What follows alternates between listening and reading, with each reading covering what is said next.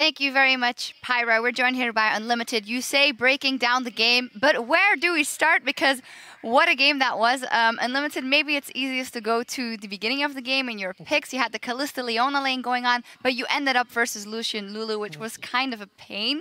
Tell us about the lane swap in the beginning. Well, the Lulu Lucian is kind of counter pick to our lane, so we want to avoid it. But Gambit played really smart. They had Ahri in top lane brush for some reason, so she ruined our plans. And she found out freeze, and then we didn't know what to do because we didn't know what they're planning to do. So I just recall, and the moment I recall, we saw them both.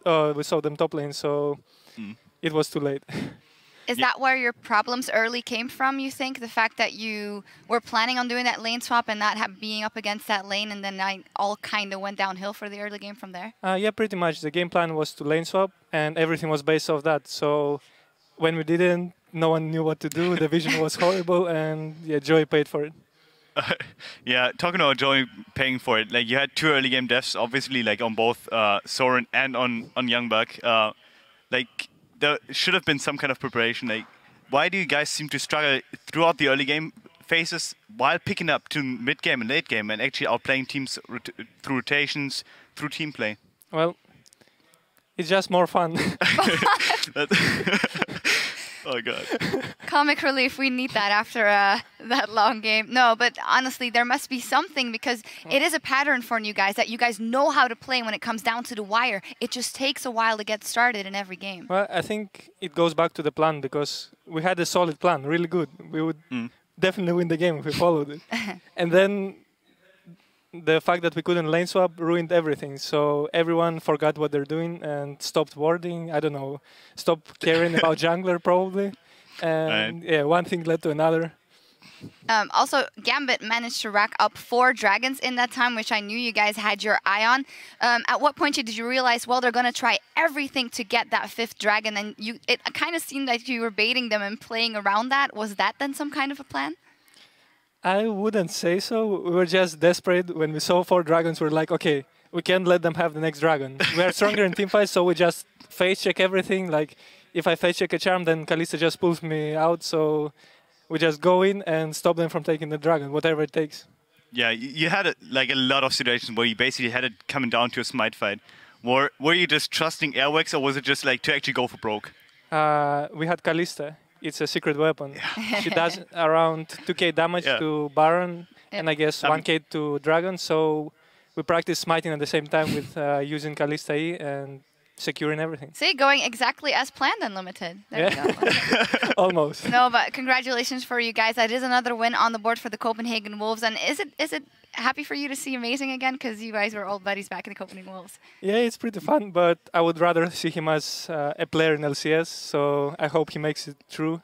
Because a few days ago or yesterday, he almost didn't make it and he scared us. But I scared myself, like, that first game. Let's not tap back into that. Don't want to talk about it. Just drift away. All right, but congratulations, Unlimited, on that win for the Copenhagen Wolves. Turning to the standings halfway through the week, there's only one team that remains undefeated, in the LCS, and that is SK Gaming. They top the tables and 5-0. Right behind them are Elements and Fnatic at 4-1, with the Unicorns of Love rounding out the top 4 at 3-2. Meanwhile, Gambit Gaming still winless at 0-5 at the bottom of the table. Amazing, and well, telling off this game, it's just not going well in any lane. Yeah, it seems to be really that they don't, like, even if they win the early game, they just don't know how to continue the game, how to keep the game flow going, which is so irritating because they used to be the ones that like came back from 8k down. Like remember season 3 words when they had a 6k disadvantage versus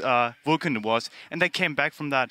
They just don't seem to have the same poise anymore, and it's really hurting me as a fan, because I used to be someone that admires like Diamond Prox, that admires Edward, that admires Alexei, and the 2 guys remaining are really seem to be like hurting. Well, impressive memory as well on you, by the way. With today's matches officially history, let's see who went big to start the week. We've crunched the numbers, and with 11 kills, 12 assists, and almost 500 CS against Gambit Game, today's fantasy leader is the Copenhagen Wolves' Freeze with a total of 45 points. Well, you know, if it isn't good for anything, those long games, at least you rack up fantasy points for Yeah, like, if I was a fantasy like player, I would actually just get every Copenhagen Wolves member and hope they win. because that is the secret strategy, and you should use it. Yep, you got it. Straight from Amazing about the secret tip to win fantasy. Freeze wasn't the only player making an impact, though. We have a tweet from @MoleCruise. He wrote on Twitter, and he said, "Holy power of evil predicts the Flash Tibbers with a preemptive charm, earns them 2 inhibitors. What a god." Here is your LCS big play of the day. This is danger zone right now for Fnatic as the Unicorns of Lover threatening the second one. Here comes Yellowstar, however, he's gonna get just melted. Yellowstar jumps into the fight and got instantly charmed. He never even got Tibbers down because of how quick Power of Evil responded to that flash. Godly play or a little bit of luck there? Obviously luck, but luck is part of the game, so it's obviously a big play. Remember to send in your big plays by tweeting @LL Esports, and be sure to use the hashtag LCSBigPlays, and we'll check out some of your favorites tomorrow.